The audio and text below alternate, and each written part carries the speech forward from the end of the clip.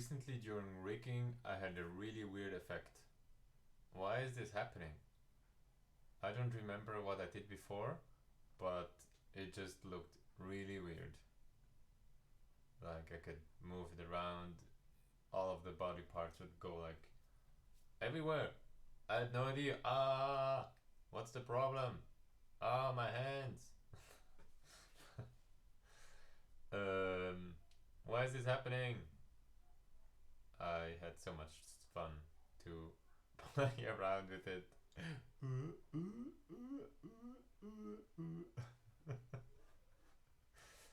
And yep, then everything looked normal.